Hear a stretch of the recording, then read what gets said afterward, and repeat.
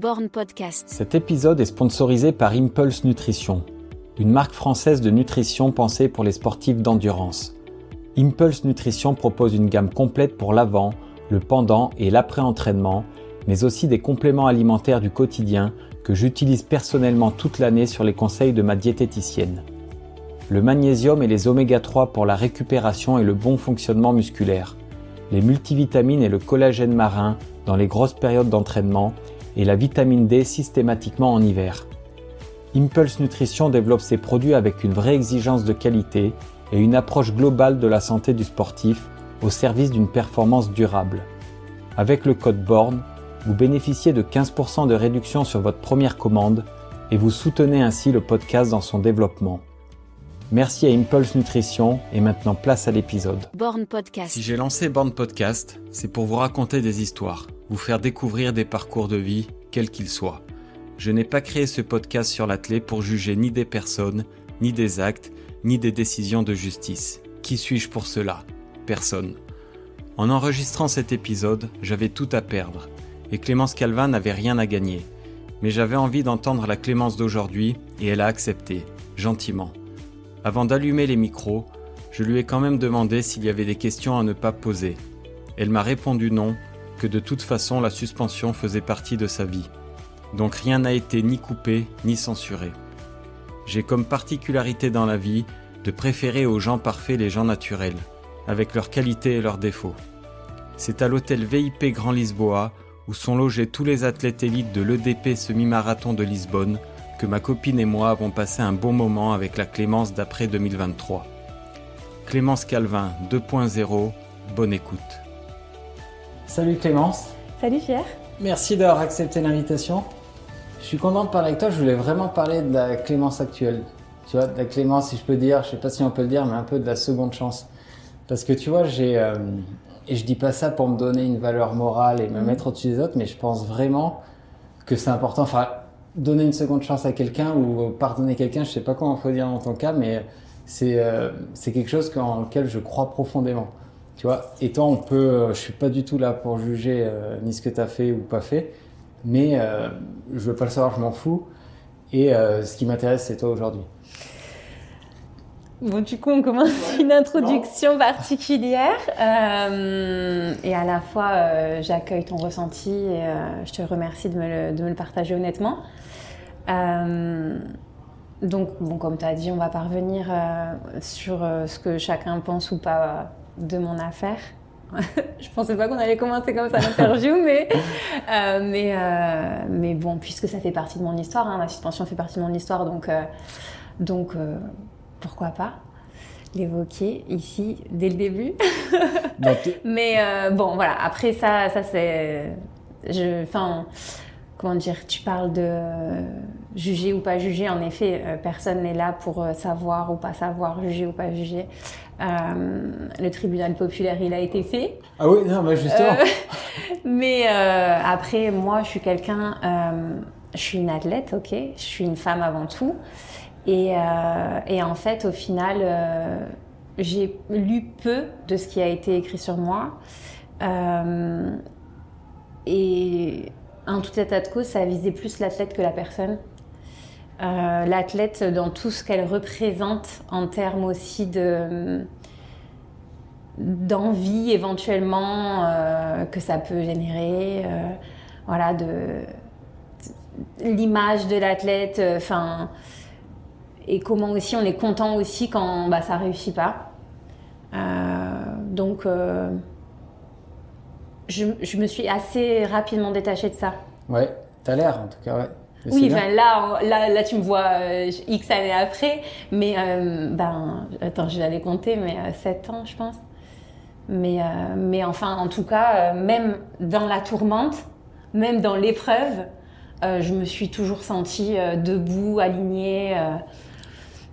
Et qu'est-ce qui t'a motivé après 4 ans à pas courir ? Enfin, t'as peut-être couru d'ailleurs, je sais pas comment ça s'est passé. Qu'est-ce qui t'a motivé à revenir à l'athlète ?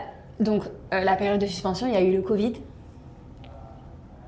Déjà, la période de suspension, avant d'être suspendue, j'ai eu un long temps quand même d'attente, puisqu'il y a eu 9 mois de suspension provisoire avant le jugement définitif.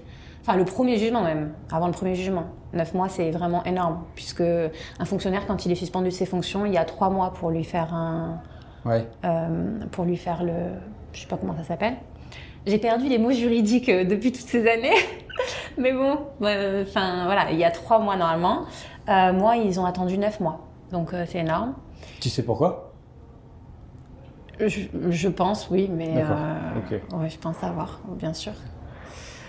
Puisque je rappelle quand même que j'avais gagné le premier référé avant le marathon de Paris et que j'ai pu courir le marathon de Paris alors que j'avais reçu une suspension provisoire en début de semaine. Donc Qu'est-ce qui t'a motivé à recourir? Et du coup, donc en fait, au début quand j'étais suspendue, j'avais un fils déjà. J'avais mon fils, il avait 1 an et demi, il avait eu 2 ans. Donc en fait, moi, sportivement parlant, j'avais fait mon objectif, puisque j'avais fait mon marathon. Donc j'étais dans un après-marathon. Un après-marathon de maman qui profite de son fils. Voilà, on allait au zoo, je voyais mes amis. J'avais un rythme, on va dire, ordinaire de quelqu'un qui profite de sa famille.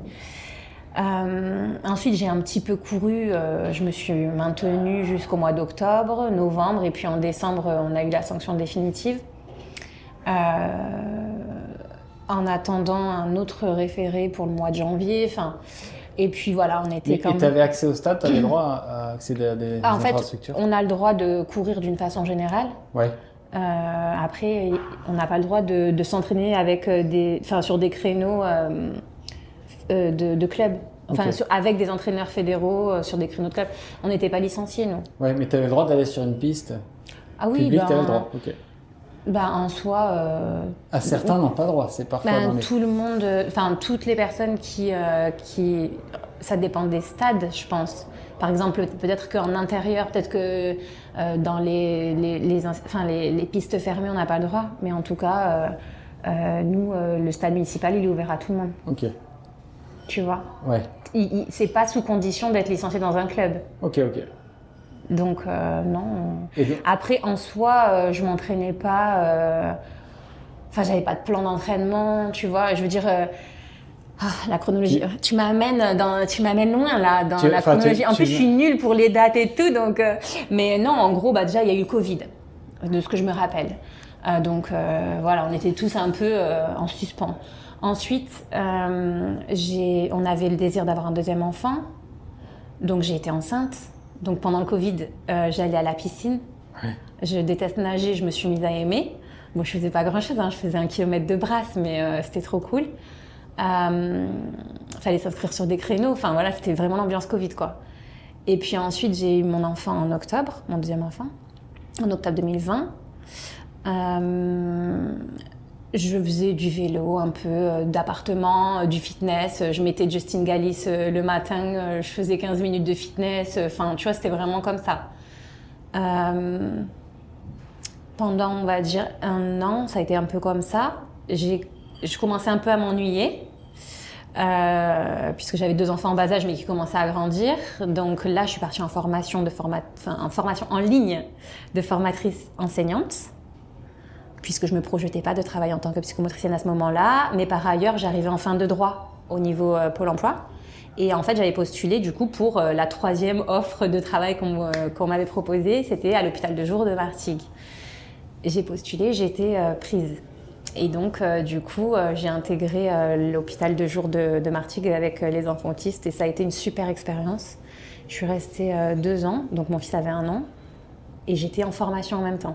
Ouais. Donc, tu vois, il faut toujours que j'ai des doubles projets, quoi, des doubles challenges. Et ce que je veux dire, c'est quand tu as été suspendue, tu t'es pas dit, et de toute façon, dans tous les cas, dans 4 ans, je reviendrai, tu savais pas? Non, en fait, si tu veux, depuis le début de ma vie, je me suis jamais dit, rien ne m'a jamais vraiment arrêtée, on va dire, dans le sens où j'étais blessée, j'ai été blessée plusieurs fois, tu vois, je me suis déjà fait des entorses, j'ai déjà eu une synovite tunofibulaire, enfin, tu vois, j'ai déjà eu des arrêts, mais en fait, je me suis jamais dit, ah bah ça y est, c'est la fin. Et je me suis jamais dit non plus, ah bah ça y est, je vais revenir. Je me disais rien. En fait, c'est-à-dire, l'athlétisme, c'est une constance dans ma vie. Et même, par exemple, le fait d'avoir un enfant, ça a toujours été un projet indépendamment de ma carrière. Alors qu'en 2016, quand on a décidé d'avoir un enfant, c'était peu commun. En pleine carrière, à 26-27 ans, de se projeter d'avoir un enfant et de revenir derrière. En fait, moi, j'ai toujours repris comme j'avais arrêté, c'est-à-dire comme j'avais pas arrêté. C'est-à-dire, en fait, c'est vraiment une partie de moi. En fait, t'aimes ça, quoi, tout simplement, non? Oui, mais avant, j'aimais pas forcément ça. Quand j'étais petite, en fait, moi, j'ai commencé l'athlé parce que j'étais forte, j'étais douée, je gagnais. Et du coup, j'ai continué et petit à petit, je progressais dans le volume d'entraînement, les compétitions, le niveau de compétition, le niveau de performance, mais parce que j'étais forte à la base. Mais c'était pas la passion de courir qui m'animait vraiment. Tu vois, c'était comme être une très bonne élève. J'étais une très bonne élève malgré moi et j'étais une très bonne athlète malgré moi. Et ça m'a conduite à faire plein de belles performances et à avoir un super niveau d'études. Enfin, donc c'était plus ça. Mais après, vraiment, j'ai commencé à trouver du plaisir déjà en 2011, quand j'ai déménagé à Martigues. Que du coup j'ai trouvé une ville ensoleillée dans laquelle du coup j'étais pas en lutte pour aller m'entraîner parce que il faisait pas beau ou froid comme dans mon ancienne région à Clermont-Ferrand. Qui est la mienne, ouais. Jusqu'en 2011, c'était à Clermont? 2010, ouais. Je suis partie en septembre 2010. Ok, parce que là, ouais, c'est vrai que t'as chopé l'accent des Bouches-du-Rhône. Hein, Ah oui, mais en fait, à la fois, toute ma famille, enfin paternelle, est de Menton.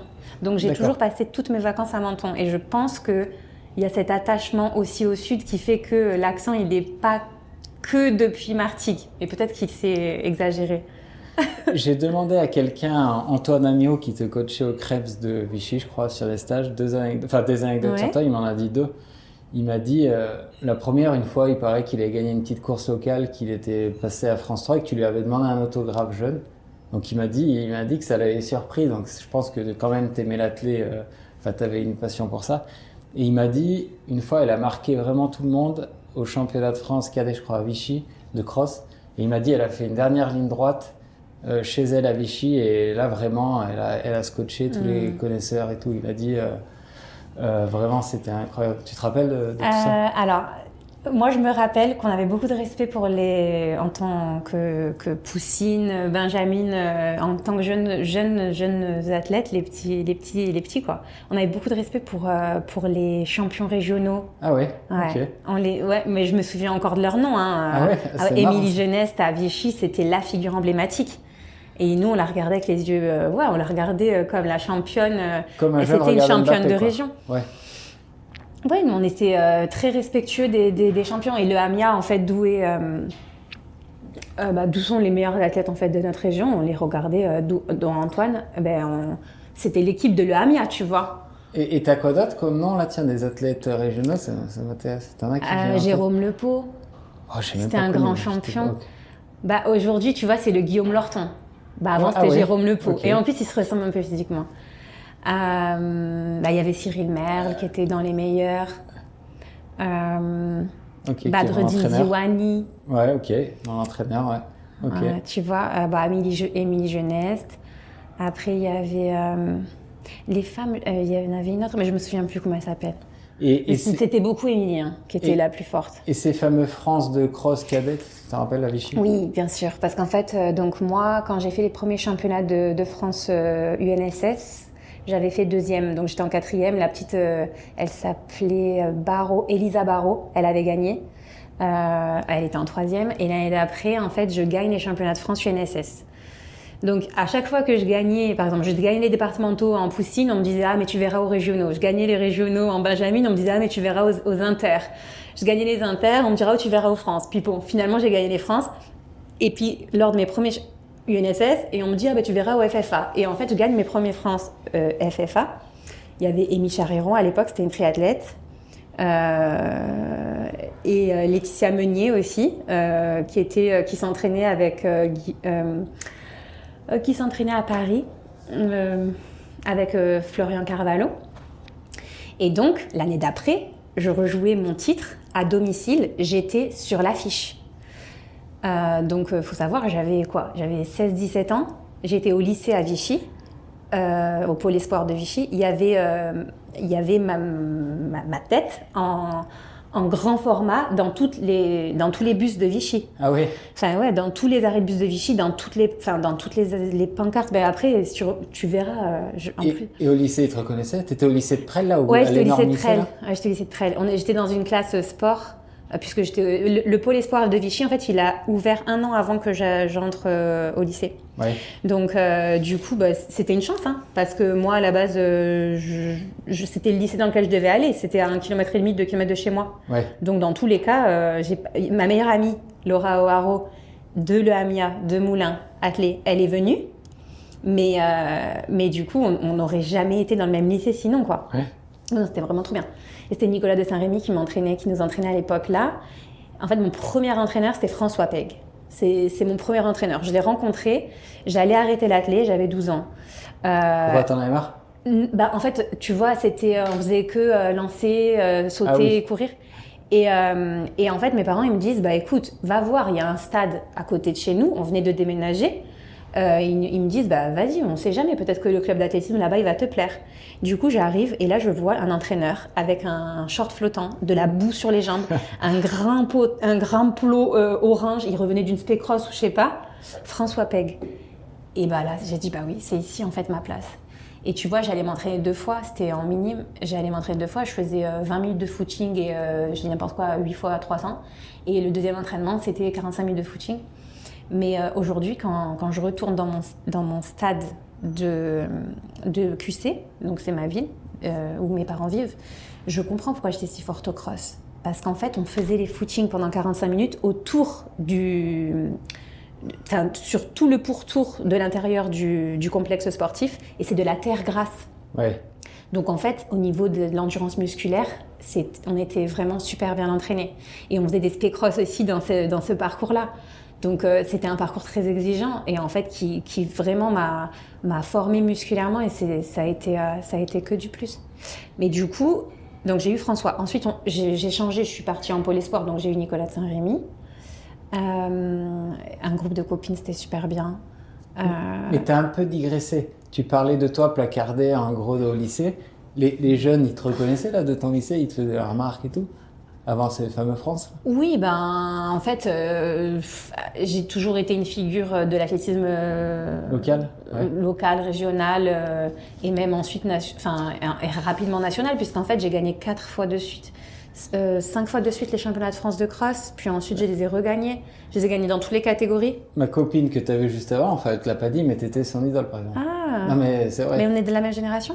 Elle est de 91. Ah, ok. Ouais. Et oui, oui, du coup. Okay. Ouais, du coup, on a couru Vichy peut-être ensemble. Ouais, si oui, elle a couru. Ouais. Ouais. En fait, alors du coup, Vichy, le truc, c'est qu'il y avait France 3 Auvergne qui m'avait suivi, qui m'avait fait un reportage la semaine là. J'étais tenante du titre.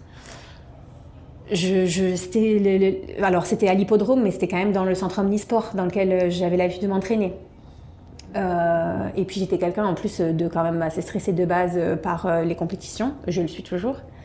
Donc du coup c'était un vrai exercice. Mes parents, je pense que cette semaine-là, ils ont vraiment casqué quoi. Ouais. Parce que je leur parlais super mal. Ah oui? Ah oui, c'était dur. Et d'ailleurs, j'avais fait un petit topo parce que j'avais retrouvé l'affiche dans mon garage. Et du coup, j'avais fait, justement, c'est rigolo que tu me parles de ça, parce que j'avais fait tout un petit visuel sur ça, avec notamment ce que j'avais dit en fin de course. Et j'avais dit, je m'en souvenais plus, mais que j'étais partie dormir chez ma grand-mère tellement la pression était haute. Ah oui? Et en fait, dès le départ de la course, donc ça je m'en souviens très bien, c'était une grande ligne droite, j'étais devant. J'ai été devant toute la course, je me souviens de ma tension au niveau des épaules. J'avais les épaules qui me venaient toucher mes oreilles tellement j'étais tendue. Donc toute la course en tête. Et puis sur la dernière ligne droite, en fait, il y avait un juge arbitre et je m'en souviens encore de comment il m'avait montré le chemin et comment j'ai abordé le chemin. Il me montre en tendant le bras vers le bord du terrain de l'hippodrome. Et du coup, moi, je fais un angle droit. Ouais. Sauf qu'en fait, on pouvait en effet couper. Ah oui. Et Laetitia Meunier, qui était derrière moi, qui avait peut-être 50 mètres ou 60 mètres derrière moi, elle a coupé.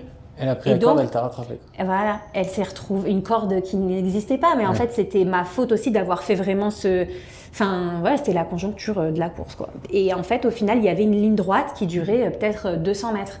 Donc moi j'étais à vue, je voyais pas ce qui se passait. Je courais en regardant droit devant, en me disant faut que je finisse comme ça, et sans savoir qu'elle revenait.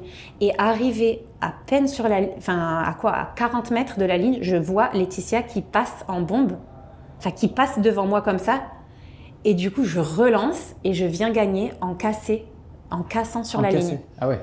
Alors que j'ai fait toute la course en tête et que en fait la fin est improbable, mais c'est ce qui a fait la beauté de cette course. Ça rend la course encore plus belle. Et il y a une photo du coup en première page de la montagne, du journal de la région, de Montcassé en fait. Ouais. Il y avait le maire de la ville ce jour-là, enfin tu vois c'était l'hippodrome quoi, donc c'était vraiment, entre guillemets c'est pas qu'il fallait tenir le rang, mais j'ai tenu le rang en tout cas. Et ça t'a ouvert des portes ça, des sponsors et tout? Après en cadette, et puis tu vois avant aussi la notion de l'image, c'était pas du tout la même chose qu'aujourd'hui. Alors en fait mon premier sponsor c'était Nike. J'ai eu un magasin, il me semble, c'est il y a longtemps, hein, mais il me semble qu'il y avait un magasin à un moment qui m'avait donné une dotation ou quelque chose comme ça. Mais après, vraiment, le premier partenaire, c'était Nike. C'était en 2009, je dirais. Et en fait, c'était Philippe Raymond de Nevers qui leur avait soufflé que j'avais 19 ans à ce moment-là, qu'une espoir de l'athlétisme était auvergnate et que ce serait bien de pouvoir la suivre. Et il se trouve que, par hasard, moi, donc, j'ai intégré Nike à peu près à ce moment-là. Et mon conjoint, Samir, qui venait de commencer l'athlétisme, qui a un an de moins que moi, qui venait de commencer l'athlétisme et que j'ai rencontré au Fauges en 2006. Donc, moi, 2007, moi, j'avais 17 ans et lui, il avait 16 ans. Il avait fait deuxième au Fauges sur 800 mètres. Il avait intégré Nike. Il a intégré Nike en même temps, quasiment. En 2009, 2010, quasiment en même temps. Ça, intégrer Nike quand t'es jeune, ça doit être fou, non? T'as des Air Max. Oui, alors c'est vrai que tu vois, ça c'est pareil. En fait, c'est un peu bizarre parce que de même que par exemple, moi, je veux dire, mon premier voyage c'était aux États-Unis. On avait fait un échange avec la ville Vichy pour le sport. C'était des genres de Jeux Olympiques de la jeunesse. J'étais partie aux États-Unis, tu vois, à New York. Enfin, ça peut paraître ouf. Tous les voyages qu'on a fait, ça peut paraître ouf. Enfin, tu vois, les stages, les compétitions. Et en fait, c'est jamais quelque chose que j'ai vécu comme waouh, tu vois. Même quand j'ouvrais mes paquets, j'étais pas dans le waouh. Enfin, tu vois. Oui. Ouais, je sais pas pourquoi, mais c'est pas que j'appréciais pas. Hein. Non, c'est que tu t'es motivé par autre chose, quoi. Mais en fait, c'est de même que tu vois, par exemple, des fois, il y en a qui verbalisent les choses en disant je rêve des Jeux Olympiques. Moi, j'ai jamais rêvé des Jeux Olympiques. C'était un objectif. Ouais. Tu vois, c'était de l'ordre de l'objectif. Ouais. Donc pas de l'ordre du rêve, tu vois. Et en fait, c'est pas que j'ai pas vécu l'athlétisme avec des étoiles dans les yeux, mais en fait, ça a tellement toujours fait partie de moi, la haute performance, le fait d'être première, le fait de, tu vois, que en fait, je l'ai intégré. C'était une suite logique presque. Ouais, et à la fois, en fait, c'est comme si mes yeux, ils filtraient. En fait, ils voient pas c'est comme ça, tu vois, il n'y a pas de... Et c'est marrant que tu parles de haute performance parce que moi je suis un geek, j'adore tout ça, mon métier de kiné et tout. Et toi c'est vrai que quand je vois sur tes photos Insta, à l'époque tu avais le Super Sapiens, je crois qu'en ce moment tu dors dans une tente hypoxie. Et t'adores ça, c'est toi ça? C'est ton coach qui aime tout ça? Alors en fait, par contre il y a une chose, c'est que moi alors, l'investissement, il a été progressif, mais très progressif en fonction des objectifs que je me suis fixés oui, clairement, parce qu'en fait, dès petite, je me fixais mes objectifs. Ouais. C'est-à-dire que dans les pôles, les entraîneurs, ils rendent acteurs l'athlète. Ils leur demandent, Enfin, moi, mon entraîneur, en tout cas, il nous demandait qu'est-ce que tu vises, qu'est-ce que tu aimerais faire, quel chrono. En cadette, quel chrono tu viserais sur 1500, sur 800, quelle discipline tu aimerais faire, quel championnat, etc. Et en fait, il se trouve que, comme je te disais tout à l'heure, au départ, on poussait une championnat départemental, après, on augmentait le cross, championnat d'Europe de cross, ensuite, c'était championnat d'Europe sur piste. J'ai fait médailler de bronze au championnat d'Europe sur piste sur 5000 mètres. Ensuite, j'ai fait médailler sur le cross au championnat d'Europe espoir. Et ensuite, on est passé senior. Et du coup, après, il y avait d'autres compétitions. Et au début, je m'entraînais, en fait, aujourd'hui, les jeunes, ils s'entraînent énormément. Mais nous, moi, quand j'étais petite, je m'entraînais 2 fois en minime, 2 fois en cadette. Au pôle, on a commencé à s'entraîner 3 à 4 fois avec une séance de PPG. Ensuite, on a commencé jusqu'à ce que j'aille à Martigues. Même à Martigues, quand j'étais à Clermont, je m'entraînais 4 fois, 5 fois semaine. Et pourtant, j'étais championne de France. Et je faisais des championnats d'Europe. Et tu sais pourquoi les entraîneurs, ils avaient cette mentalité à l'époque ? Alors en stage national, tu vois, par exemple, moi, Philippe Dupont, il m'avait dit, j'étais en cadette, il m'avait dit, t'es forte comme une junior, faut que tu t'entraînes comme une junior. Et moi, dans ma tête, je me disais, mais c'est une hérésie, tu vois, mais en fait aujourd'hui, c'est un peu comme ça. Mais je sais pas, en fait, on avait tendance à protéger, à fort protéger, et à la fois, c'était une façon de se dire, comme ça, on dure dans le temps, parce qu'on s'use pas, tu vois. C'est-à-dire même la muscu, je veux dire, on a commencé à faire de la muscu quand Samir il était à l'INSEP avec Bruno Gagère et qu'il l'a initié à la muscu et que du coup ça a été intégré aussi dans mon entraînement. En fait, au final, jusqu'à 2012, 2013, j'étais dans une pratique toujours en plus avec le double projet puisque j'ai fait mes études. J'ai fait une licence d'économie-gestion. Ensuite, j'ai intégré l'école de psychomotricité. Donc, j'ai été diplômée en 2007. Mais du coup, toujours sur ce double projet qui permet l'alignement, qui permet d'être équilibré, qui permet, quand on est blessé, d'aller de s'investir autrement sur autre chose, etc. Mais donc, du coup, au final, jusqu'à 2012, je faisais rarement du bi-quotidien, à part quand on était en stage à Font-Romeu. Et donc, à cette époque, pour te dire, même mon premier marathon, c'était les championnats d'Europe. Je me ravitaillais quasi pas. C'est-à-dire que l'alimentation, pour moi, c'était ceux qui savaient se ravitailler, c'était les marcheurs. Pascal Chira, avec l'équipe de France de marche, il les initiait à se ravitailler. J'en parlais avec ma copine Émilie Menuet, qui était internationale de marche à ce moment-là. Ils étaient habitués à se ravitailler. Les marathoniens, c'était à la one again. Tu te souviens, par exemple, aux Europes, ce que tu avais pris ? Oui, je m'en souviens, parce qu'en fait, au final, moi, je m'étais quasi pas ravitaillée pendant ma prépa. Comme je viens de la piste, j'avais des prépas avec peu de volume. C'était beaucoup de la qualité, grâce à ma qualité de pistard, de ma qualité musculaire, etc. Mais du coup, on était sur du bornage à 130, 140 kilomètres. Ouais, je pense que j'avais dû faire peut-être 170 dans ma meilleure semaine, quoi. Mais c'était 2018, c'était une autre époque. C'était il venait d'y avoir les chaussures. Les premières Carbone, elles venaient de chez Nike. Je les ai prises pour la première fois.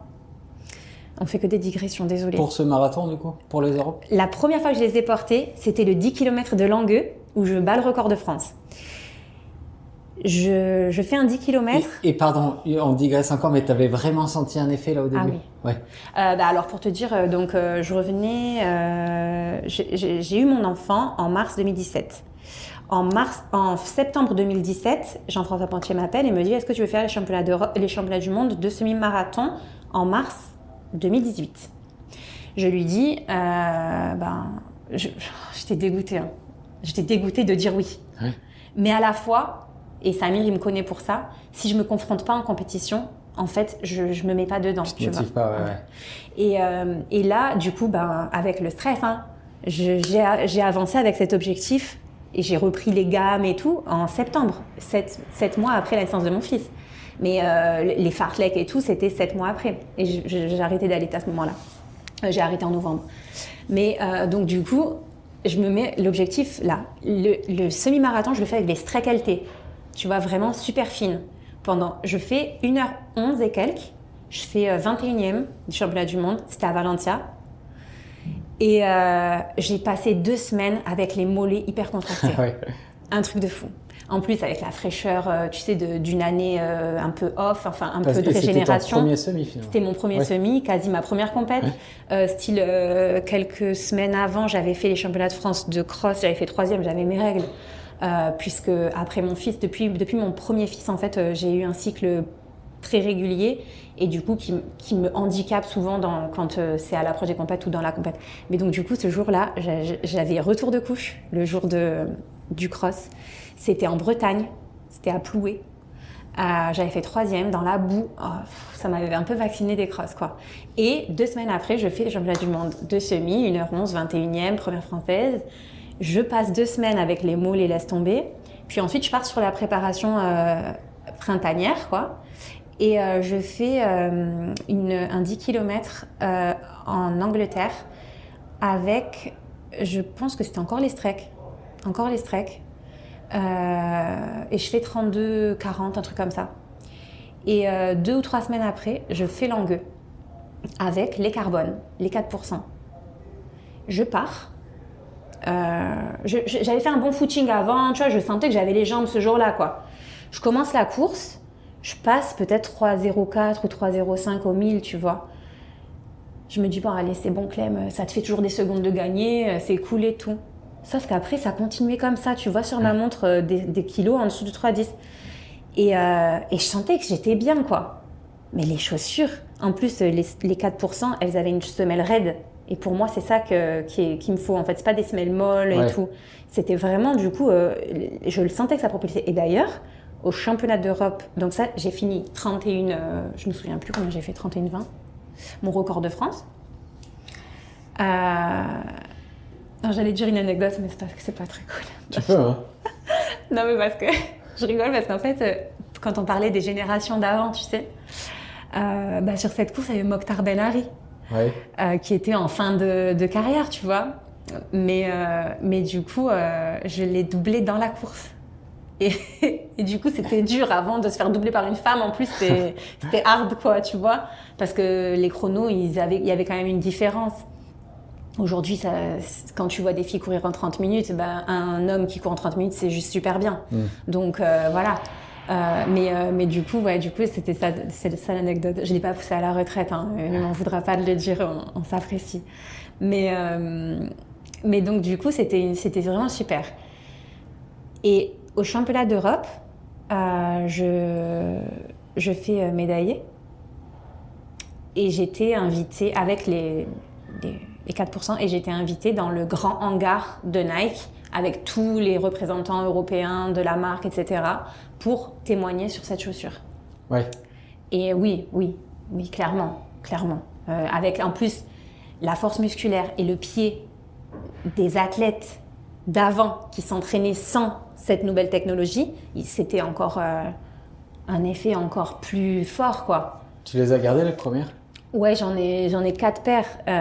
Au Kenya l'année dernière, quand je me suis entraînée quand j'ai repris en fait, quand je me suis entraînée pour reprendre, j'ai utilisé celle-ci. Ouais. Ah, tu les as pas mis dans une vitrine ? Non. Je suis pas comme ça. Mais non, je suis pas comme ça non plus. Okay. Franchement, j'ai dû encadrer une médaille. C'était celle des championnats d'Europe du 10 000. Et le cadre s'est cassé. Enfin, tu vois, mais le cadre s'est cassé. Il est au fin fond d'un truc. Je m'en fous pas. C'est précieux, tu vois, pour moi. Ouais. Mais c'est de passage aussi, tu vois. Ouais. Et pour en revenir à la technologie, aux data, alors t'aimes bien tout ça? Ah oui, alors voilà. Du coup, justement, à ce moment-là, en 2018, on n'avait pas de data. Moi, qu'est-ce que j'ai fait? Je te disais, j'ai pas de ravito et tout. Le jour quelques jours avant la course, il y avait à ce moment-là, il y avait Johan Durand qui était en sélection, Benjamin Malati. Il y avait Jeff Pontier, donc c'était ça, on était là. Il y avait Denis Maillot aussi, il me semble, à ce moment-là. Et en fait, je les vois et ils parlaient qu'ils buvaient de la maltodextrine. Et moi, je me disais, ah putain, ils ont des boissons avec des trucs dedans. Enfin, tu vois, qui permettent de s'hydrater et de garder l'hydratation, quoi. Qui se préparent, en fait. Ils sont en train de se préparer. Et moi, je suis là, j'ai pas pensé. Ouais. Et du coup, je dis à Jeff, je dis ouais, pour les boissons, du coup, d'efforts, qu'est-ce qu'on fait? Enfin, qu'est-ce que je fais en fait? Parce que j'ai rien testé et à la fois, qu'est-ce que je fais? Il me dit de l'eau, du sel et du sucre. Et donc, du coup, j'ai pris les bouteilles Vittel qu'ils avaient proposées. J'ai mis de la ceinture et du miel. Et c'était mes ravitaux du marathon. Ah mais ok, sur le marathon, ouais. Ah oui. Et suite à ça, j'ai un rapport au ravitaillement qui est particulier parce que du coup, en 2019, je m'entraînais avec de la BCAA, tu sais, pendant toute ma prépa. Sauf que le jour de la course, c'était après la première suspension provisoire, donc je pars à Paris dans un climat un peu particulier, un peu, et donc je ne veux pas laisser mes gourdes sur les tables, tu vois, et prendre une gourde, non, c'était pas possible. Et par ailleurs, j'ai su que je courais la veille avant la course. Enfin, le vendredi à 22h, et puis ensuite, il s'est passé le samedi et je courais le dimanche. Donc, j'étais chez des amis et en fait, à 22h le samedi, j'appelle Samir, je lui dis « Mais Sam, en fait, j'ai rien. J'ai pas de ravito. J'ai rien. » Et du coup, il me ramène des Berocca, mais tu sais, pétillants là. Ouais. Des pastilles Berocca qui pétillent. Ouais. Donc en fait, moi je voulais, parce que pendant la prépa, j'avais pris des pâtes d'amande, Bjorg et tout, et ça passait. C'était bon, ça me convenait. Donc je disais, prends des pâtes d'amande ou quoi, mais à 22h, tout était fermé. Donc il avait trouvé qu'une pharmacie d'ouverte, il m'avait acheté des Berocca qui pétillent, roses là, à la pastèque. Donc bref, c'était juste pas possible. Et donc du coup, juste avant de partir, à 6h du mat, avant de partir au marathon de Paris, j'ai chopé, je l'ai déjà raconté, mais c'est ouf, 3 dates qui traînaient là, chez mes amis, et qui étaient périmées, je pense. Hein. Je les ai mis dans du papier alu, je les ai mis dans le short, et quand j'ai couru à Paris, je me suis dit, je prends l'eau des populaires, monde, voilà, de tout le monde. Et en fait, j'ai pris mon eau et tout. À un moment donné, dans la course, je prends ma date, je croque dans la date, bon, c'était pas ouf, le goût, mais ça allait. Mais par contre, le 37e, en fait, la table de ravito des élites, elle était sur la droite, et la table des populaires, elle était sur la gauche, mais en amont. Donc je ne l'ai pas vue. Donc j'ai loupé le ravito du 37. Et donc arrivé, du 35. Et arrivé au 37, du coup, je commençais à sentir mes muscles, tu vois, les quadris. Ça faisait comme, ça remontait en fait, comme si ça remontait un peu, un champ électrique qui remonte. Et là, je me dis, ah mince, Clem. Moi, j'étais sur le record de France. Je sais pas largement ou pas parce que je suis pas trop forte pour les chiffres, mais en tout cas, je sais que j'étais dessus et qu'il y avait la 3e qui était pas loin devant. Et j'avais le choix d'essayer d'aller la chercher. Et à la fois, je me disais, bon, t'as pas bu, t'as pas de ravito, donc assure ton record et pour la 3e place, c'est pas grave en fait. Aujourd'hui, ce sera pas grave. Et en fait, du coup, j'ai fini à l'équilibre la course avec de l'eau, quoi. Et je rebondis, juste Jeff Pontier, il n'y a pas longtemps en interview, il me disait que pour lui, ce qui a vraiment fait que les chronos ont explosé, c'est l'amélioration de la nutrition en course. Ah, tu vois, moi je te dis ça, c'était 2018, c'était Jeff. Et c'est pas bien vieux. Hein, et à ce moment-là, 2018, du coup, qu'est-ce qu'il y avait en ravito? C'était les petits boosts là, Isostar, hyper sucrés. Mais c'était pas démocratisé. De toute façon, la course à pied, elle n'était pas démocratisée autant. L'entraînement du marathon, les bornes, le double seuil, tout ça, c'est très nouveau. Et donc, du coup, moi, quand j'étais suspendue, en fait, au final, il y a eu toute cette transition-là, post-Covid, avec l'avènement de la chaussure, l'avènement de l'entraînement, l'avènement de la musculation. Parce que nous, pareil, Samir, c'était un pionnier, c'était un des entraîneurs français pionniers de faire de la musculation comme un coureur de piste, comme un coureur de 15, à des marathoniens. Ouais. Ah, mais toi quand t'es revenu, l'athlète, c'était un autre monde en 4 ans. C'était un autre monde. Oui. Mais tellement... en fait, moi, je regardais pas spécialement l'athlétisme quand je faisais ma vie. Mais je voyais les performances. Mais je me disais, mais what? Moins de 2h15, pour les filles, c'était normal. Ça devenait... tu vois, ça devenait un truc normal. Et en fait, oui, il y a eu la chaussure, il y a eu la nutrition, parce que même la BCAA en 2018, ça venait un peu de la récupération des coureurs de 800-1500, et au final, transposé sur le marathon, c'était super bien, enfin, tu vois.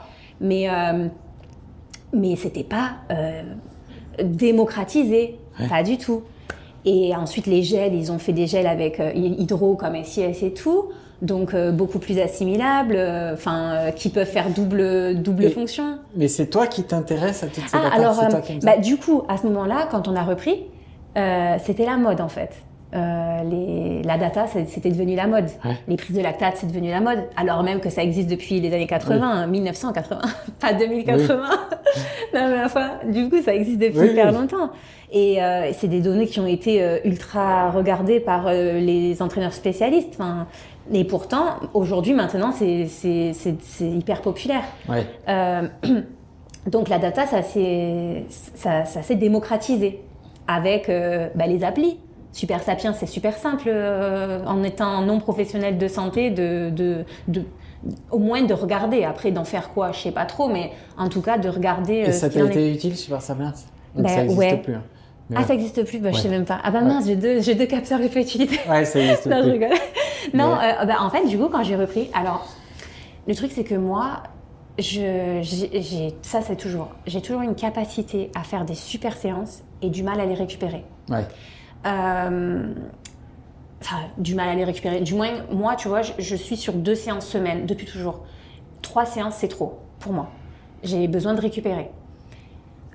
Et sauf que du coup, on a exploré, tu vois, parce que quand j'ai eu mes grossesses, j'ai fait de l'hyperthyroïdie qui a été suivie, mais qui nécessitait pas un traitement. Enfin, tu vois, donc ça, c'est toujours au pile équilibre, mais pas du déséquilibre. Mais tu vois, le truc quand tu es sportif de haut niveau, du coup, finalement, ça peut être préjudiciable, mais à la fois, ça l'est pas vraiment. C'est comme l'asthme d'effort. J'ai toujours eu un asthme d'effort, mais qui était pas hyper fort, tu vois. Donc, en gros, à chaque fois, c'est ce truc à la limite de, mais à la fois qui peut générer de la contre-performance, mais bon.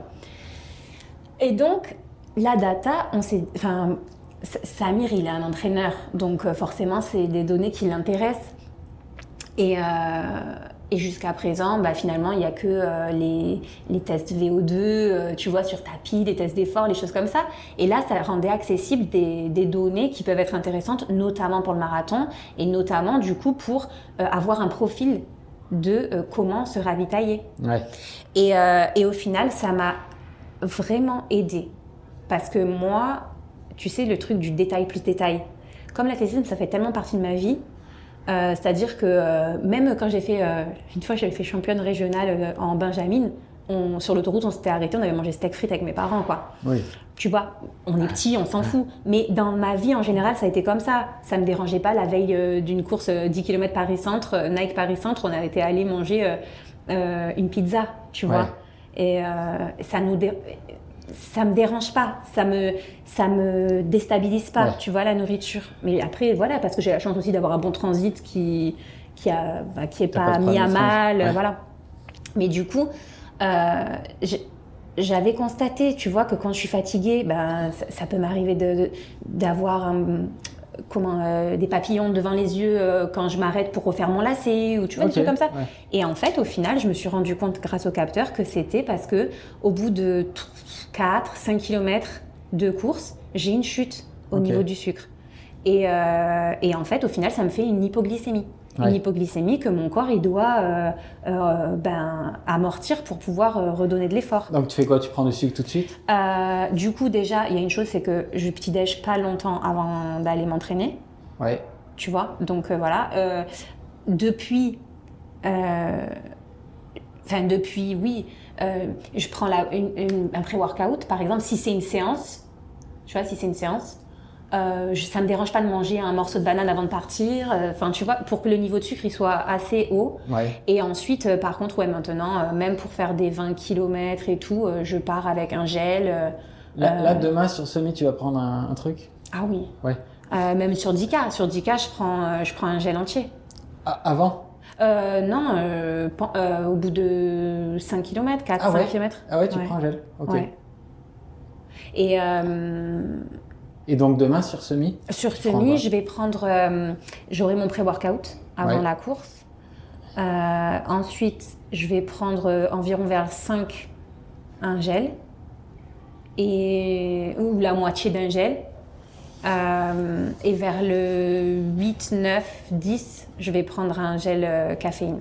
Ok, et plus après? Si. Si. Après, je prends la fin du gel ou truc. Ah, mais alors sur marathon, tu prends un pique-nique alors là? Ben, tu vois quoi? Le truc sur marathon, justement, j'ai eu encore une mauvaise expérience des ravitaillements à Barcelone quand je fais mon premier marathon après ma reprise. Je laisse mes bouteilles la veille. J'avais quoi dans mes bouteilles? Je sais plus. Peut-être du Morten à l'époque? Non, non, moi j'aime bien SIS, j'aime pas trop. Bon, Morten, c'est pas que j'aime pas, mais elle est plus, elle est plus compacte, la pâte. Et je trouve que le SIS, du coup, il est plus léger. Non, mais dans l'eau, ben, je devais avoir, peut-être que j'avais Morten, une boisson d'effort Morten. Et en fait, mes bouteilles sont censées être sur les tables. Ouais. Première table, je ralentis tellement que limite je me suis arrêtée devant la table pour prendre ma bouteille. Bon, c'est pas grave.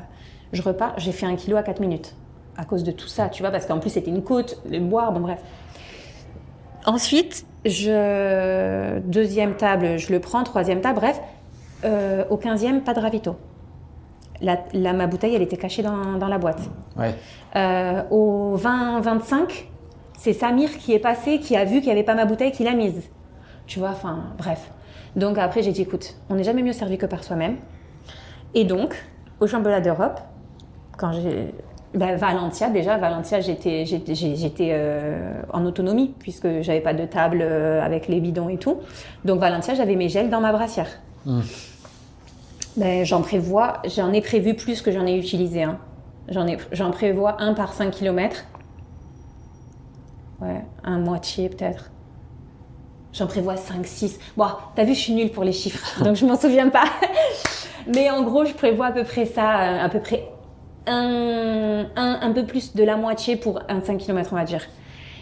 Mais par contre, aux Europes, du coup, j'ai fait pareil. Ouais. Et sauf qu'aux Europes, c'était Bruxelles-Liévin, le parcours, et c'était vallonné.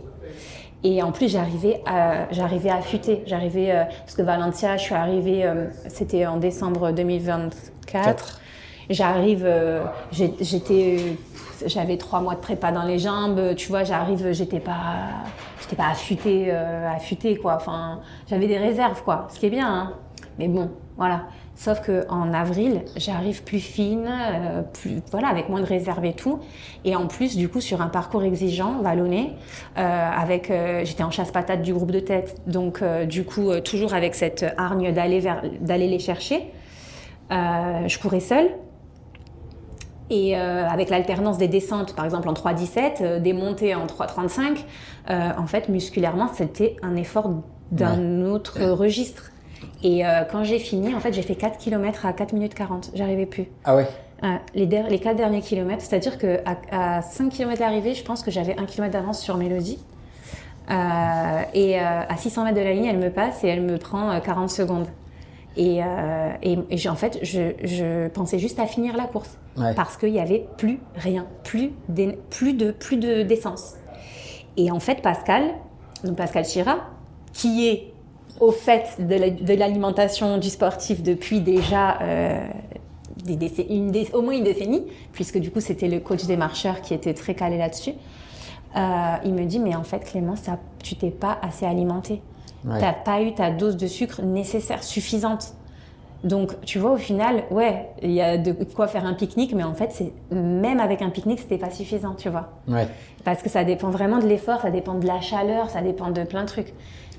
Et tu parlais des Europes où tu étais affûtée. Ouais, moi, je pense que je t'ai vu t'échauffer au championnat de France à Saint-Tropez. Ça devait être juste avant, juste après.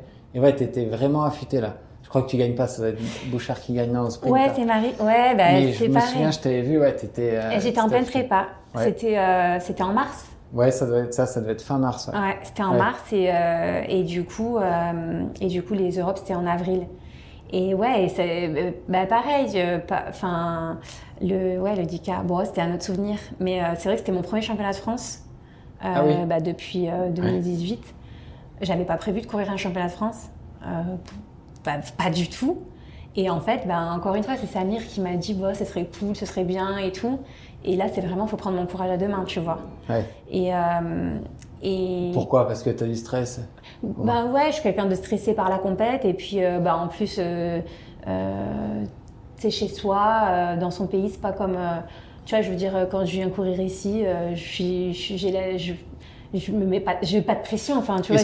Est-ce que tu veux dire que c'est le milieu fédéral maintenant qui Non, pas fédéral, non, pas spécialement c'est pas ça. fédéral, mais la confrontation directe avec ok, c'est ça, ouais. voilà. Et puis tu vois, moi j'ai toujours gagné championnat de France et tout, et il y a eu une vraie transition Ouais. en quelques années, et il y a eu une densité aussi qu'il n'y avait pas avant. Ouais. Nous avant, en 33 minutes, en 32-30, 33 minutes, on gagnait toutes les courses. Et oui, oui. Sur 10K, il devait y avoir 4-5 filles, et ça tournait toujours avec les mêmes filles.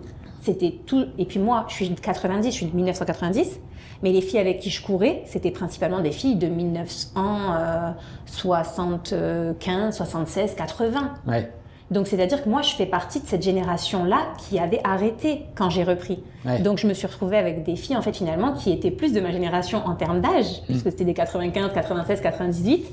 Mais du coup, c'était pas la même mentalité ni. Sans jugement du tout, parce que je les trouve super.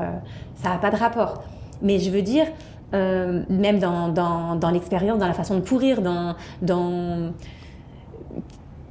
et la densité. Oui, on va plutôt. dans une course à 10 km de Paris, tu te fais doubler par 15 filles, tu comprends rien, quoi. Puis tu vois, les gens, tu les connais pas, on les connaît pas. Enfin, tu sais, c'est vraiment particulier. Ce statut de, l'hyper favori de toutes les courses, sur des courses où il y a 4-5 filles avec qui ça va se jouer, et puis, être une parmi tant, parce qu'en fait, on se connaît plus finalement, tu vois, il y a beaucoup de noms, beaucoup de trucs, ça change. Et puis, j'y suis allée quand même. Au final, j'étais super fière de moi, de comment j'ai réussi aux 10 km à Cogolin, de comment j'ai réussi à gérer la course, à prendre les devants au bon moment, etc. J'arrive à 800 mètres de la course, à 800 mètres de l'arrivée, il y avait une côte. Bon, c'est pas mon fort les côtes, mais ça va le devenir un jour. Mais du coup, j'avais peut-être 80 mètres d'avance, 100 mètres d'avance, 80 mètres. Ouais. Et d'ailleurs, Samir, il m'a dit, quand je t'ai vu regarder droit devant, sans te retourner, que je t'ai dit tu as 80 mètres, j'ai regretté aussitôt. Parce que je savais que tu allais aller droit devant, sans te retourner et dans ta bulle. Tu sais quoi? J'ai entendu personne dire ni allez Clémence, ni allez Marie, ni elle revient, ni vas-y tu vas la manger. Rien. Ni des... C'est pas possible. Il y a forcément quelqu'un qui aurait pu donner une information que j'entende, qui me fasse, pas forcément à moi, mais même pour encourager Marie, qui me fasse me retourner et me dire en fait elle arrive. Non. Ouais. Moi j'ai une bulle opaque, hors du temps, hors du son. J'arrive en haut de la pente, je tourne. Il y avait un virage gauche. Il y avait un virage qui descendait. Il restait 50 mètres après ce virage. Ouais, peut-être 100 mètres. Elle me 50. passe à la corde, à ce virage-là. Et moi, en fait, j'étais dans un train de je finis. Tu vois, j'étais pas dans le truc, je me retourne. Oh, mais pourquoi? Je me dis, mais pourquoi je me suis pas retournée? Parce que si je la vois, je relance. Et en fait, tellement à l'arrivée, je me disais, en fait, c'est que j'avais pas assez de force pour gagner. Mais non, en fait, c'est pas ça. C'est que j'étais complètement dans l'inertie totale. Une fois que tu l'as à ton niveau, elle est déjà lancée, c'est fini. Elle est déjà lancée. Et moi, du coup, j'ai essayé de relancer. Mais en fait, c'est passé. Et du coup, c'était un bon exercice quand même. Mais... Et pour info, moi, je me souviens de toi, c'était peut-être ta première course. Je me souviens que je t'avais doublé à Marseille-Cassis en haut de la Gineste. Et je me dis, putain, mais c'est qui cette fille qui est encore là? Et en fait, c'était toi. C'était avec un maillot de Martigues. Je pense que c'était ta première course après ta suspension.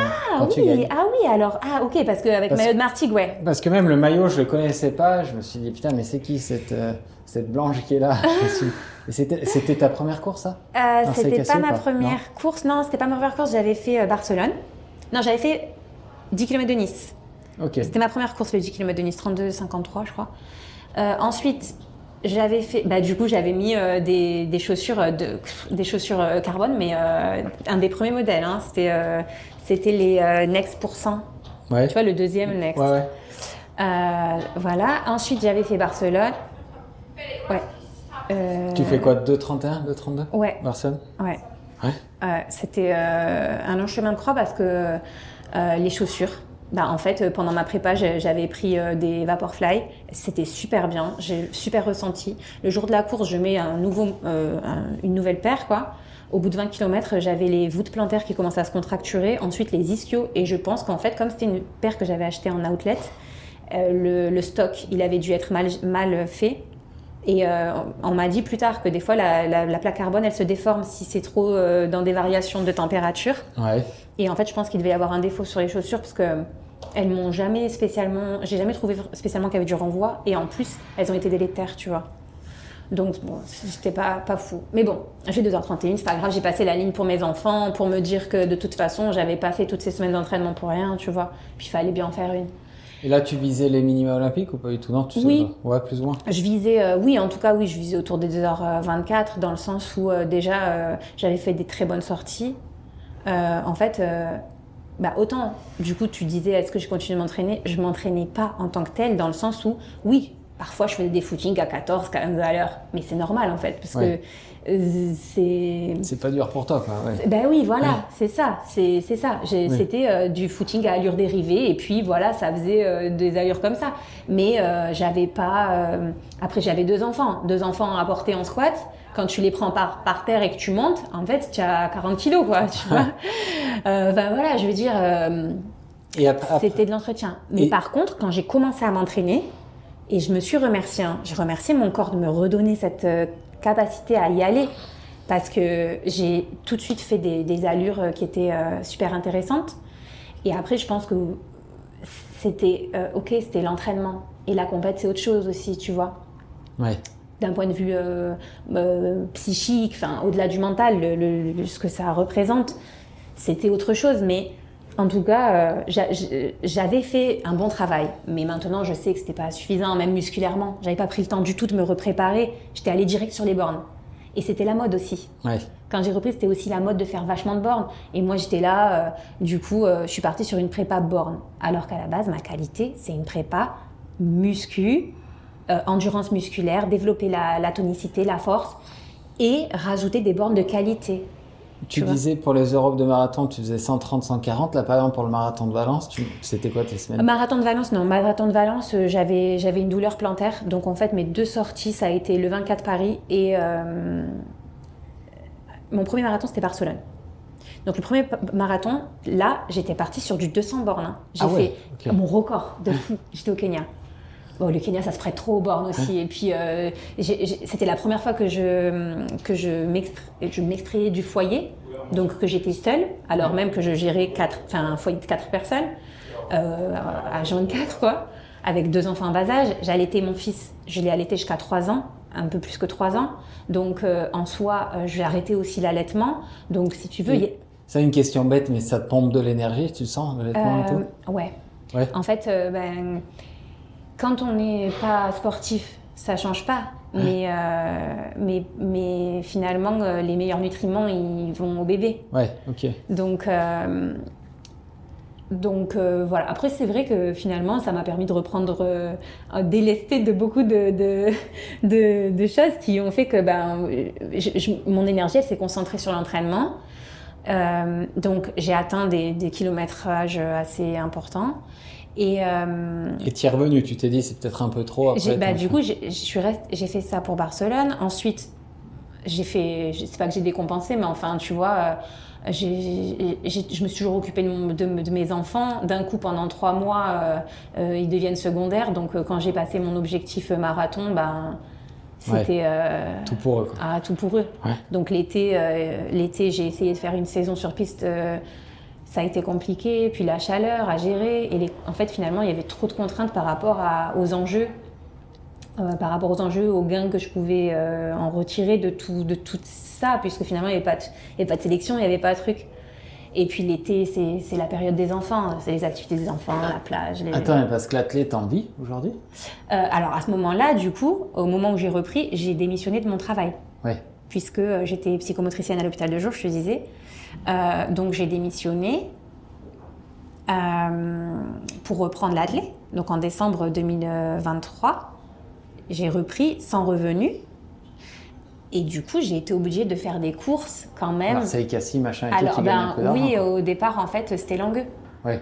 Langueux, avec Michel, qui m'a appelée dès le mois de janvier pour me dire « je veux que tu viennes courir ». Ouais. Et c'était super bien parce qu'en fait, j'avais fait le record de France là-bas. Et il m'a appelé et en fait, finalement, il m'a permis de tenir mon été. C'est-à-dire qu'il m'a permis d'avoir un objectif l'été. Il a tellement insisté, je l'en remercie, il a tellement insisté pour que je vienne courir que du coup, c'est quelque chose qui est devenu précieux pour moi. D'honorer cette proposition-là. Donc là, par exemple, c'est des gains, tu vois, mais du coup, ça a fait que cet été-là, j'ai couru pour gagner 300 € là, 400 € là, tu vois, histoire d'avoir un revenu minimum pour et là, à Lisbonne, tu as une prime d'engagement, par exemple? Non. Non? Non, pas à Lisbonne. Et si tu finis l'année première, j'imagine que tu es primé. Oui, il y a des grilles de primes, il y a des grilles de primes. Après, il y a une grosse concurrence, mais c'est pareil. Avant l'athlétisme, on rentrait dans les grilles de primes assez facilement. Aujourd'hui, avec la densité, c'est plus aléatoire, tu vois. Mais donc, du coup, j'ai fait l'été là. L'été, il y avait Langueux. Après, il y a eu les courses de début de saison. Du coup, Valentia, je l'ai fait dans la foulée. Et ensuite, je préparais initialement Rotterdam. Et finalement, Pascal Chira m'appelle pour la sélection au championnat d'Europe, puisque j'avais fait les minima à Valentia sans le savoir. Puisque je visais rien, en fait. À Valentia, je visais de courir. Et du coup, en fait, il m'a dit, tu peux être sélectionnée, est-ce que ça te dit, etc. J'ai réfléchi. Et puis, en fait, après, ça me tenait à cœur, même pour mes enfants, tu vois, de me dire, l'équipe de France et tout. Et en fait, au final, moi, je fais 11e jusqu'à ce que j'ai plus rien dans les jambes à 4 km de l'arrivée. J'étais 7-8, tu vois. Donc, c'était déjà un beau résultat. Mais ceci dit, c'est là que j'en suis revenue des bornes, justement. Parce qu'en fait, les bornes, c'est quelque chose qui est cool, de faire des bornes, ça amène à progresser. Mais moi, ma qualité, c'est la qualité musculaire. Et en fait, tout le travail de borne, il m'a empêché de le faire parce que j'avais plus d'énergie pour le faire. Donc, du coup, après les Europes, l'été, il a été difficile. Par contre, l'été 2025, j'ai pas fait de saison de piste. J'ai fait que le 1500 pour mon club. Et Langueux, ça a été difficile parce qu'en fait, j'ai eu le déménagement. On a déménagé. Enfin, la vie, en fait, elle a été énergivore. Et du coup, j'arrivais plus à être constante dans l'entraînement. Jusqu'au mois d'août, où on était à Font-Romeu, comme chaque année, mes enfants, ils vont au centre aéré. Là, j'ai retrouvé un rythme un petit peu. Septembre, octobre, je me suis remis le pied à l'étrier. On a reposé aussi à la maison les limites, l'équilibre, le temps que je dois m'accorder, que je dois accorder pour moi. Parce que par ailleurs aussi, on a une association d'inclusion sociale par le sport, donc qu'on développait. Et du coup, l'été, elle m'a demandé énormément d'énergie. Et en fait, je dis, moi, ma priorité aujourd'hui, j'ai 35 ans, c'est mes enfants et l'athlétisme. Et s'il vient s'ajouter quelque chose, ça déséquilibre un des deux. T'as plus de place, Et comme j'ai pas envie de déséquilibrer mes enfants, c'est l'athlétisme qui en pâtit. Et du coup, je peux cibler sur l'année 4, 5 mois, 6 mois, où, je fais que athlète enfant, mais sans culpabiliser. Donc, je veux pas qu'on vienne me mettre la pression pour d'autres choses, tu vois. Et donc, du coup, en octobre, j'ai vraiment posé ce cadre-là. Que oui, moi, je veux être disponible pour moi, donc pour mon sport et mes enfants, et pas être interférée par autre chose, en fait. J'ai besoin de cette énergie-là pour que ce soit bon. Et en fait, j'ai la chance d'avoir pu le faire, tu demandais, parce que mon club m'a fait un contrat, un contrat d'apprentissage, et donc je suis en formation à nouveau, je vais rajouter une corde à mon arc, de community manager en ligne, une formation en ligne de community manager. Donc en apprentissage avec mon club, donc je m'occupe de tout ce qui est la com autour des événements que propose le club. Et du coup c'est en ligne, donc c'est à mon rythme, mais ça me confère un salaire qui m'évite d'aller par exemple un week-end en région parisienne pour faire une course pour gagner 300, 400 €. Et en fait c'est toute cette énergie-là, cette énergie mentale notamment, que je peux laisser sur mon foyer et mes enfants. Et c'est de là que j'ai trouvé vraiment un équilibre qui me convient, tu vois. T'estimes que c'est quoi ta distance où t'es la plus forte? Marathon. Marathon, tu penses? Ouais, je suis marathonienne, vraiment. Et je me rends compte en plus sur le 10K, Bon, je sais pas, c'est pas forcément l'âge parce qu'il y a des athlètes à 32, 33, 34 ans qui ont fait 30 minutes, des européennes, qui ont continué de progresser et tout. Mais je me rends compte que c'est un investissement mental dans lequel il faut toujours que je pousse. Tu vois, je peux pas me reposer. Tu te vois battre ton record 31-20, tu peux les battre? Sur le 10K, je sais pas. Il faut pas se mettre de limites, tu vois. Ouais. Je veux dire, là, ça fait depuis. Alors, bon, je te dirai après, parce que sinon je me perds. Mais par contre, sur le semi, j'ai 1h09, je sais pas combien, 1h09 40 ou un truc. Voilà. Ouais. Ça, je pense que j'ai plus de marge. Ouais, plus de marge pour y aller. Parce que du coup, au niveau de la résistance, je vais être dans la durée de l'effort, je vais être capable d'atteindre un niveau. Alors que sur le 10K, je vais être un peu bridée, tu vois, d'autant que je fais plus du tout de travail de SP 15 et 5000, quoi. Et comme tu dis, quand tu fais après de l'allure semi-marathon, c'est dur d'aller se faire mal sur 10 boards quand même. Tu te rends compte que c'est dur l'allure. En fait, ça secoue. Ouais. Tu vois, parce que je veux dire, moi, 2016, avant d'aller sur le marathon, je faisais assez facile. Déjà, je courais avec les pointes. Ouais. Et les pointes, c'est un super exercice musculaire et de pied qui renforce. Et qui, du coup, quand on a des chaussures carbone, vient vraiment donner la plus-value. Mais du coup, tout ça, bah voilà, je veux dire, je ne l'ai pas du tout fait. Enfin, évidemment que non, quoi. Je veux dire, mais du coup, je faisais assez facilement des 10 fois 1000, récup 1 en 3-6 jusqu'à 3 minutes. Tu vois, c'était quelque chose avec les pointes que j'enchaînais comme ça. Maintenant, mentalement, déjà, j'y vais avec. En fait, c'est pas que j'ai pas envie, mais tu vois, j'y vais avec le truc de la boule au ventre, un peu de me dire. Alors que les seuils, partir sur du 3,20 même pendant 16 bornes, tu vois, sur la piste, enfin, je veux dire, j'y vais les doigts dans le nez, entre guillemets, dans le sens, je peux m'occuper de mes enfants pendant 3 heures avant et y aller l'esprit tranquille. Alors que les séances P10, j'y vais.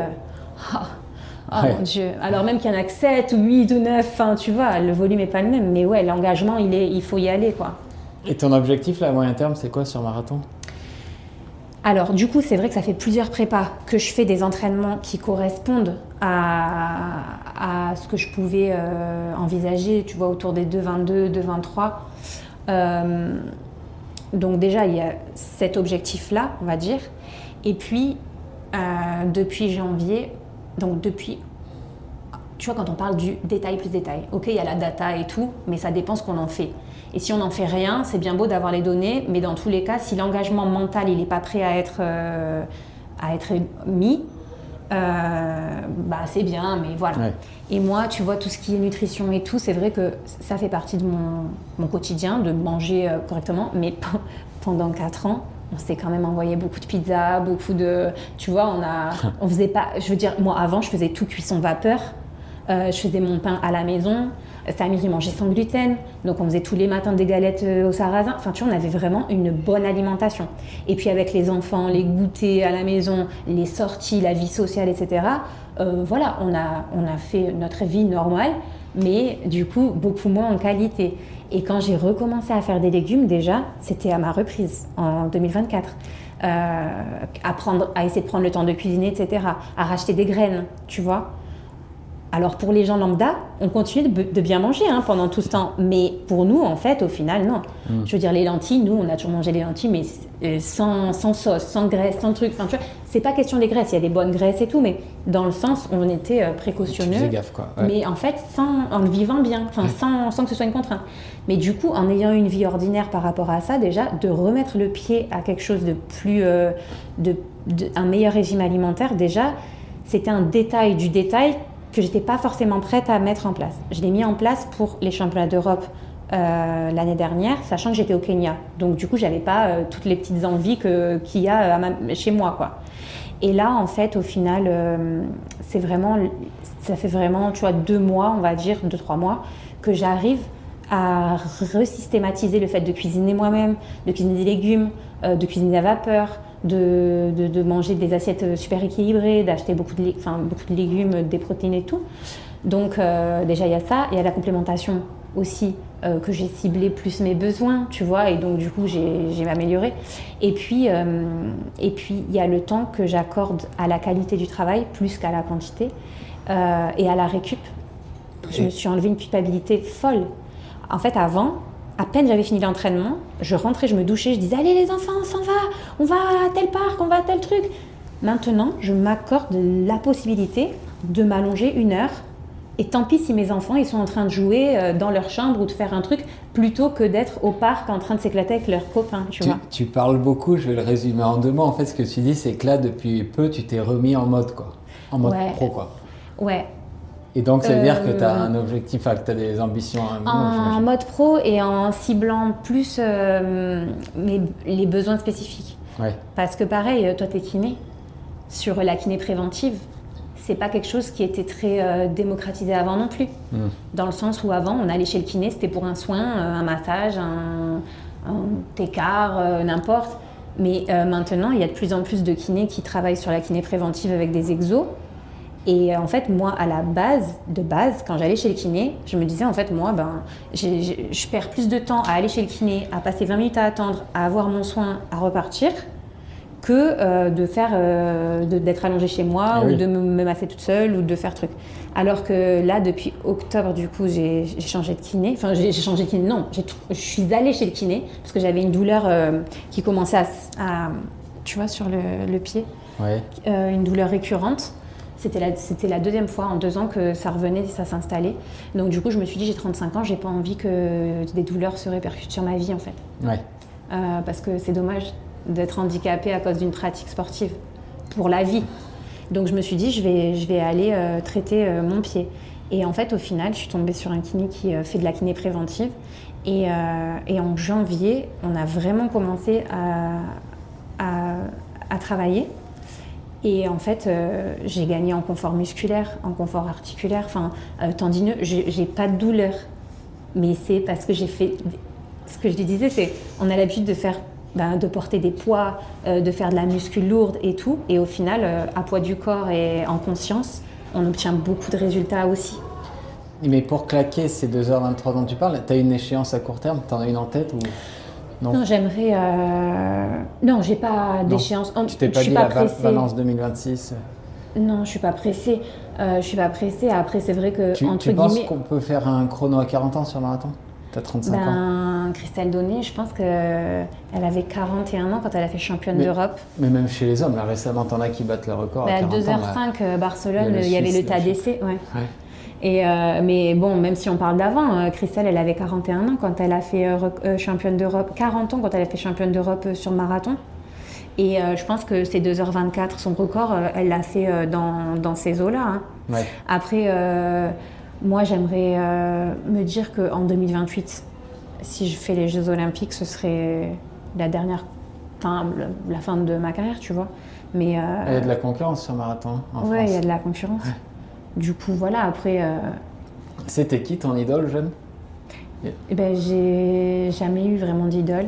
Paula Radcliffe, Christelle Donné, j'avais Marie-Josée Pérec, un petit poster, tu sais, de l'équipe dans ma chambre. Mais après, tu vois, même là, si tu me demandes les noms des meilleurs coureurs du monde, je les connais pas. Ah ouais. À part Eliud Kipchoge, enfin, tu vois, mais en plus, je risquerais de casser les noms de d'autres, donc je préfère pas les dire. Ouh, mais je l'avais pas eu, ça fait un moment qu'on parle. J'ai 2 questions pour finir. Une que je pose à tout le monde. Quelle est pour toi la distance la plus dure en athlète?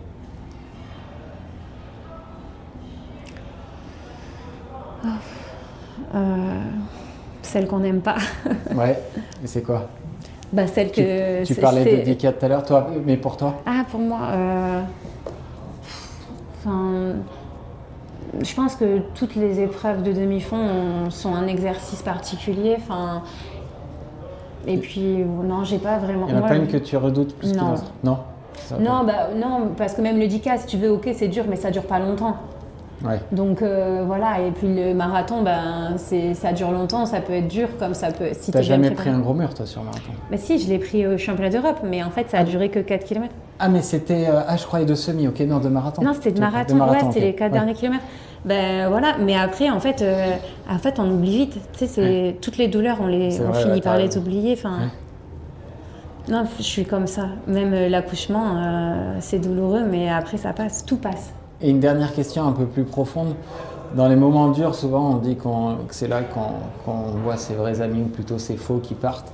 Toi, est-ce qu'il y a une personne vraiment que tu tiens à remercier, qui vraiment était toujours là? Ou pas? J'ai la chance de pas m'entourer d'énormément de personnes. Donc j'ai été déçue de personne en réalité. C'est bien. Ouais, dans la vie en général. Et on est très entouré on a un grand groupe d'amis, enfin on a un gros groupe d'amis très proches. Ma famille aussi. Donc si je dirais une personne, une constante, forcément c'est Samir, mon conjoint, puisque voilà, c'est ma constante dans ma vie. Mais après, d'une façon générale, tous ceux qui, mes amis et ma famille. T'as jamais lâché? Non. Bon. Non. T'as rien à ajouter? Non, merci. C'était hyper intéressant, merci. Merci à toi. Merci de m'avoir parlé et bonne course pour demain, parce qu'on est la veille de Lisbonne, on l'a pas précisé. Et ouais, toi aussi, qu'on revient. Bon, merci beaucoup. On se croisera peut-être en bas du pont. Ouais, ça marche. Merci Clémence. Merci Pierre. Merci d'avoir écouté cet épisode jusqu'à la fin. Merci à Impulse Nutrition de soutenir le podcast. Pensez à utiliser le code BORN pour bénéficier de 15% lors de votre première commande. Et n'oubliez pas de vous abonner à la chaîne pour ne manquer aucun épisode. À bientôt sur Born Podcast.